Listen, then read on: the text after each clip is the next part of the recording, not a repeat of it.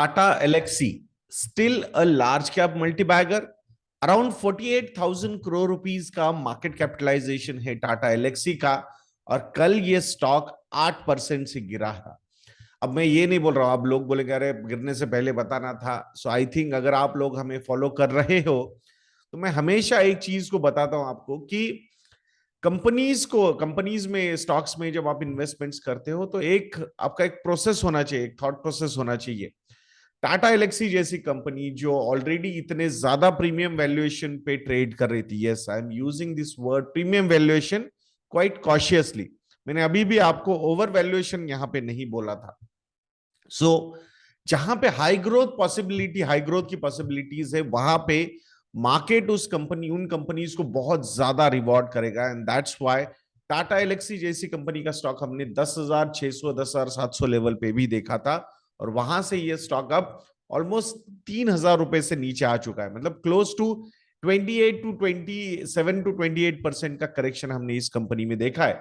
सो technical terms में this particular company is already in bear market. So bear phase में ये कंपनी आ चुकी है।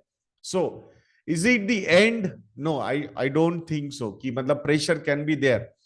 जो चीज बाकी आईटी कंपनीज के साथ पहले हुई थी वो अब टाटा एलेक्सी के साथ होती हुई नजर आ रही है। लास्ट क्वार्टर में जो एबिटा मार्जिन से या फिर एबिट मार्जिन से वहां पे हमने ज्यादा कॉन्ट्रैक्शन नहीं देखे थे।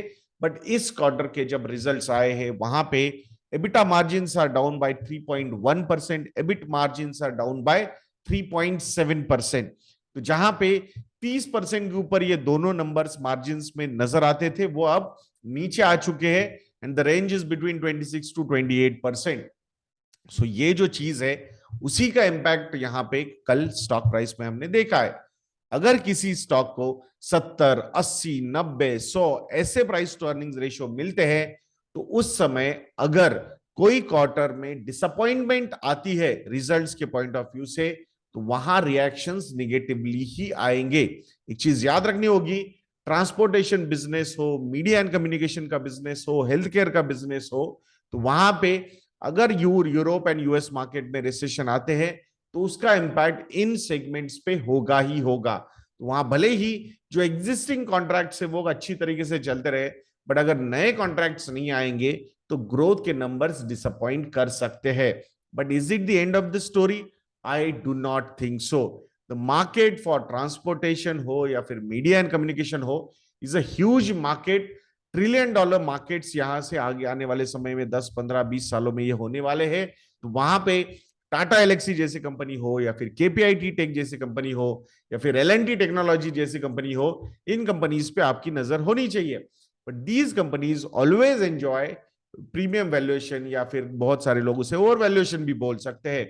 और सही स्ट्रेटेजी ऐसी कंपनीज में शेयर होल्डिंग बढ़ाने की हो सकती है staggered way of investing. This is not a direct suggestion to go and invest, but जब कोई कंपनी में प्रीमियम वैल्यूएशन होते हैं, जैसे कि हमने कल एवेन्यू सुपरमार्ट्स के बारे में भी बात की थी कि वहां पे भी ओवर वैल्यूएशन या प्रीमियम वैल्यूएशन एक बहुत बड़ा फैक्टर है। और इसीलिए कुछ समय से हम वहां पे एक प्राइस करेक्शन के साथ साथ टाइम करेक्शन भी देख रहे हैं। तो उसी सिनारियो से ये high valued companies, premiumly valued companies जा सकती है। सो जो स्कोप है बिजनेस के लिए, ग्रोथ के लिए बहुत ज्यादा है। विल आई बी सरप्राइज कि ये जो प्रीमियम वैल्यूएशन हमने पहले देखे थे इन कंपनीज में ये फिर से आ सकते हैं क्या? यस, आई स्ट्रांगली फील ये फिर से भी आ सकते हैं। कब आएंगे I don't know, but acquisition का जो मोड होना चाहिए वो स्टैगर्ड वे ही होना चाहिए इन कंपनीज में। ये मुझे बहुत स्ट्रांगली लगता है। This is a long term growth story जो एक टिपिकल मतलब एक ग्रोथ स्टोरी अगर अवेलेबल है, रेवेन्यू ग्रोथ है, प्रॉफिटेबिलिटी की ग्रोथ है, मार्जिन इंप्रूवमेंट की केस है, तो definitely I think valuations will be good in future. But अभी शॉर्ट टर्म में पेन हो सकता है कि I think pain should will be there because recession की जो रियलिटी है वो और ज्यादा सीरियस होती जा रही है, और ज्यादा सीवियर होती जा रही है, specifically in Europe and US world. So देखते हैं, let's see how things go ahead. I do not think कि इसकी लॉन्ग टर्म अर्निंग विजिबिलिटी में, ग्रोथ पोटेंशियल में कुछ प्रॉब्लम क्रिएट हुआ है। Story is still intact but the pain could be there. So ये आपने यहाँ पे समझना बहुत ज्यादा जरूरी है। तो शेयर होल्डर बनने के लिए आप अलग अलग एस्पेक्ट से एक्विजिशंस कर सकते हो।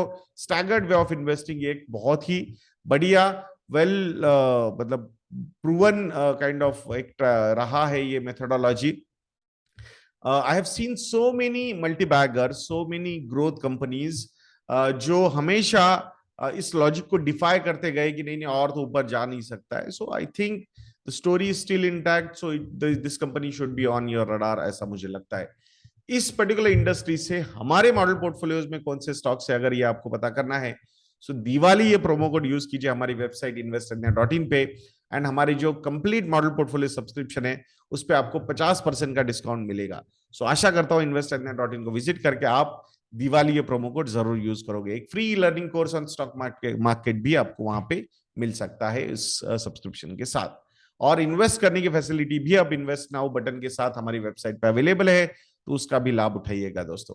तो ऐसे वीडियोस के लिए चैनल पे बने रहिए, वीडियो को लाइक करना, शेयर करना और चैनल को सब्सक्राइब करना मत भूलना। नेक्स्ट वीडियो में मिलते हैं। जय हिंद।